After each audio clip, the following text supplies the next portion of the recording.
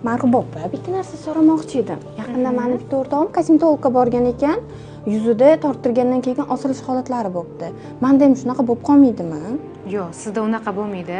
Shunaqa muolajani tanlaymanki, sizni yuzingizdagi o'zidagi yoshlik hujayralarni aktivlashtiradigan va bu muolajadan keyin sizda osilish bo'lmaydi, qaytaga teringiz hujayralari aktivlashib, yosharishda davom etadigan muolaja tanlab beraman. Mana sizni yuzingizda burun lab uchburchagida osilish bor, avallaringiz notekis, avallaringizda ham osilish bor.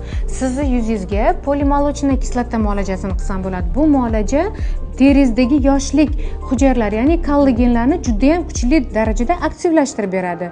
Yoki yana shunday apparatlarimiz borki, Morpheus degan apparatimiz bor.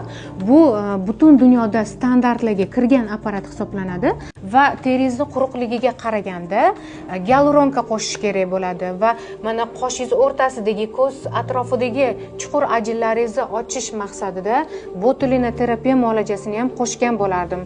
Mana shu muolajalarni ketma-ketlikda agar to'g'ri tanlab sizga qiladigan bo'lsak, yuzingiz hech qachon osilib ketmaydi. Qaytanga yuzingiz yaxshi bo'lib, kачествоsi, ya'ni sifati yaxshilanib boraveradi yuzingizni. Siz men aytgan vaqtda kelib, aytgan muolajalarni o'z vaqtida oladigan bo'lsangiz, yuzingizda hech qachon osilish bo'lmaydi.